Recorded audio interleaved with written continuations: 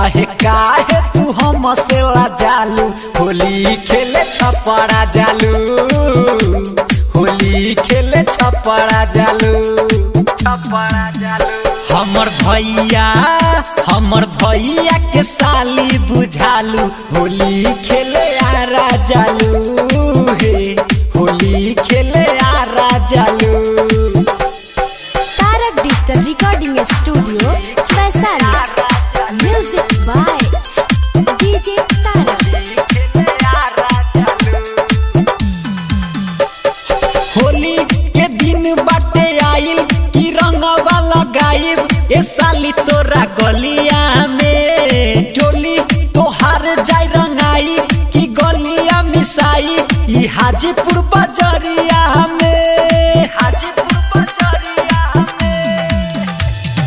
होली के दिन बाटे आइल आ रंगवा लगाइब ए साली तोरा गलिया में चोली तोहार जाय रंगाई आ गलिया मिसाई मुजफ्फरपुर बजरिया में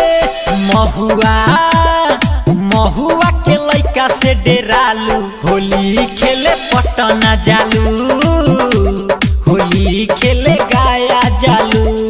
सुन हे हमर भैया के साली कहालू होली खेले छपड़ा जालू होली खेले छपड़ा जालू।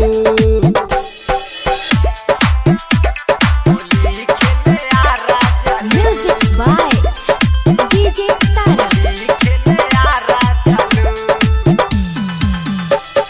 गोरे गोर तोहर गाले आ बारू चिकन आइल की लागेलू कमाल के पवन राकेश खूब धरे आ मन भरे रंगे ई रंगे लाले लाल के